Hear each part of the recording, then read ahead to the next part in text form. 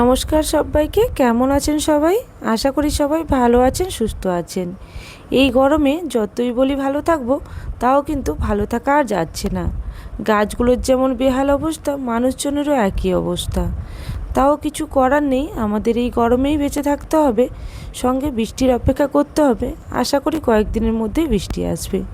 তো যাই হোক, আজকে শুক্রবার সকাল থেকেই চলে এসেছিলাম ছাদে। ছাদে এসে দেখছি অনেক গোলাপ ফুল ফুটেছে, কারণ কয়েকদিন বাড়িতে ছিলাম না, বাবার বাড়ি গিয়েছিলাম, তাই গোলাপ ফুলগুলো ফুটেই গেছে। আমি সাধারণত গোলাপ ফুলের কুঁড়িগুলোকে কেটে ফেলি। এই গরমে যদি কুঁড়িগুলো রাখা হয় তাহলে গাছের অবস্থা খারাপ হয়ে যায়। তাই একেবারে শীতের সময় আমি এই গাছ থেকে ফুল নেই। তাই আজকে ভাবলাম এই গোলাপ দিয়েই পুজোটা সেরে নিই। তাই সমস্ত গোলাপগুলো তুলে নিয়েছি গাছ থেকে। আর গাছ থেকে গোলাপ তোলার সময় কিছুটা ডাঁটা রেখে তুললে গাছগুলো কাটিং হয়ে যায় বা প্রুনিং হয়ে যায়, তাই আমি এইভাবেই তুলে নিয়েছিলাম। এরপর ডাঁটাগুলোকে কেটে বাদ দিয়ে দিচ্ছি এবং ফুলগুলো আলাদা করে নিয়ে নেব। বিভিন্ন কালারের গোলাপ ফুল একসঙ্গে দেখে আমার খুবই যেমন খুশি হচ্ছিলাম, তেমন ভাবলাম ফুলগুলোর সাইজটাও কিন্তু খুব একটা ভালো হয়নি গরমের জন্য। তো যাই হোক, এইভাবে আমি ফুলগুলোকে কালেক্ট করে নিলাম আর সঙ্গে কিছুটা নয়নতারা নিয়ে আজকের পুজোটা সেরে নেব। এখন আমি চলে এসেছি ঠাকুর ঘরে। ঠাকুর ঘরে এই গোলাপ ফুল দিয়ে আজকে পুজো করব, তাই আগের যে ফুলগুলো ছিল সেগুলোকে সরিয়ে দিচ্ছি। আর এই ধূপটা আমি প্রত্যেক দিনই জ্বালাই, আজকেও এই ধূপটা জ্বালিয়ে পুরো বাড়ি একবার ঘুরিয়ে নেব। তো এইভাবে আমি আজকের পুজোটা সেরে নেব।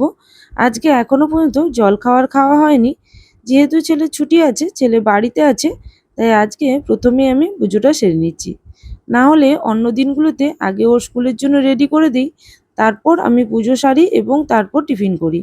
এখানে আমার পুজো করার জন্য সমস্ত জোগাড়গুলো হয়েই ছিল আগে থেকে। এখন আমি পুজোটা সেরে নিচ্ছি।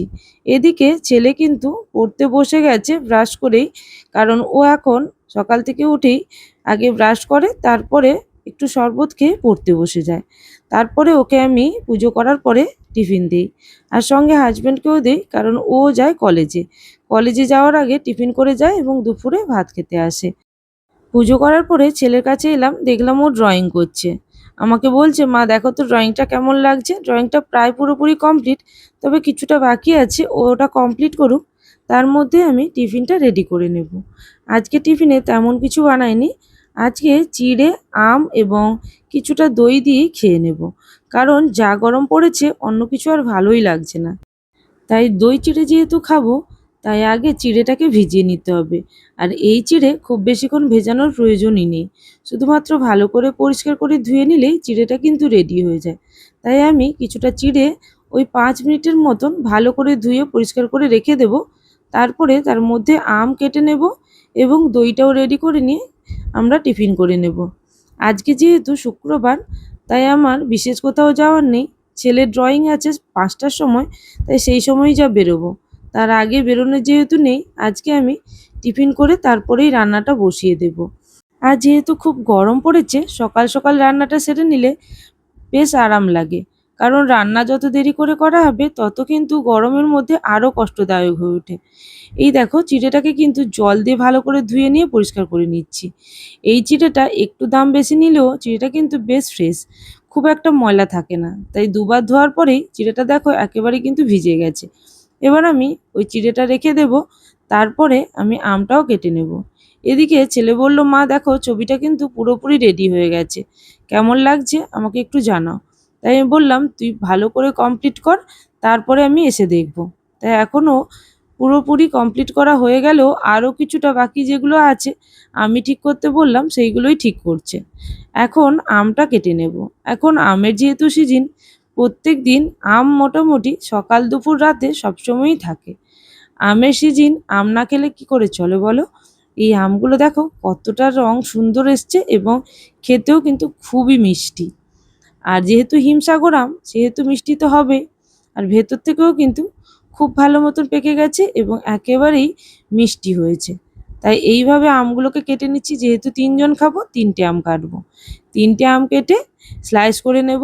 তারপর এই আমগুলো দই এবং সঙ্গে আমি চিড়ে দিয়ে মাখিয়ে কিন্তু সবাইকে দিয়ে দেব। আমগুলো এইভাবে কাটলে খুব সহজে খুব তাড়াতাড়ি কাটা হয়ে যায়, তাই এইভাবেই কেটে নিচ্ছি। সমস্ত আমগুলো একইভাবে কেটে নেব।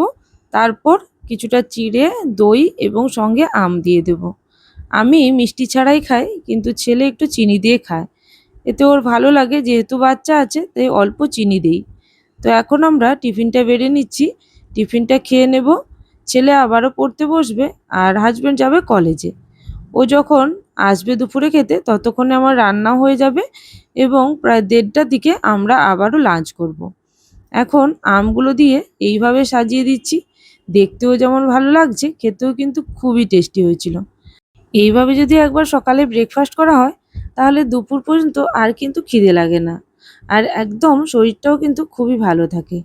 আর যেহেতু গরম পড়েছে খুব বেশি কিছু বানাবো না, আজকে শুধুমাত্র কাতলা মাছের ঝোল বানাবো আর সঙ্গে ভেন্ডি ভাজা আর স্যালাড থাকবে আর সঙ্গে থাকবে দই। এই দিয়ে আজকে খাওয়াটা সারবো, কারণ গরমে আর বিশেষ কিছু রান্না করতেও ইচ্ছে নেই। আর যেহেতু আমার একটা কুকিং চ্যানেল আছে, তার জন্যও কিছু স্পেশাল বানাতে হয়। তবে এই গরমে আমি আর কিছু বানাচ্ছিও না আর আপলোড করতেও পারছি না, কারণ এত গরমে আর কিছুই ভালো লাগছে না। তো এই আমার মাছ ভাজাটা হয়ে গেছে, এরপর আমি আলুগুলোও কেটে নিচ্ছি। আর যেহেতু বাড়িতে তেমন কোনো সবজি নেই, তাই আমি আলু দিয়েই ঝোল বানালাম। আর এই ঝোলটা খেতে আমার ছেলে এবং হাজবেন্ড সবাই ভালোবাসে।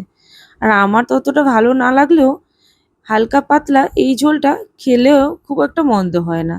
তো আজকে এই ঝোল দিয়ে আর শুধুমাত্র ভেন্ডি ভাজা করেছিলাম, আর কিছুই করলাম না। সবজি তো আর বানাতেও ইচ্ছে করছে না, খেতেও ইচ্ছে করছে না।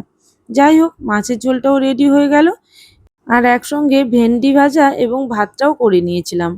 সব কিছু রেডি হয়ে গেলে কিছু সময় রেস্ট নেব, তারপর তোমাদের দাদা যখন বাড়ি আসবে তখন আমরা একসঙ্গে আজকে লাঞ্চটা করব। কারণ আমরা সাধারণত লাঞ্চ দুপুর 1:30টার দিকে করি এবং ওই সময়ই তোমাদের দাদা বাড়ি চলে আসে।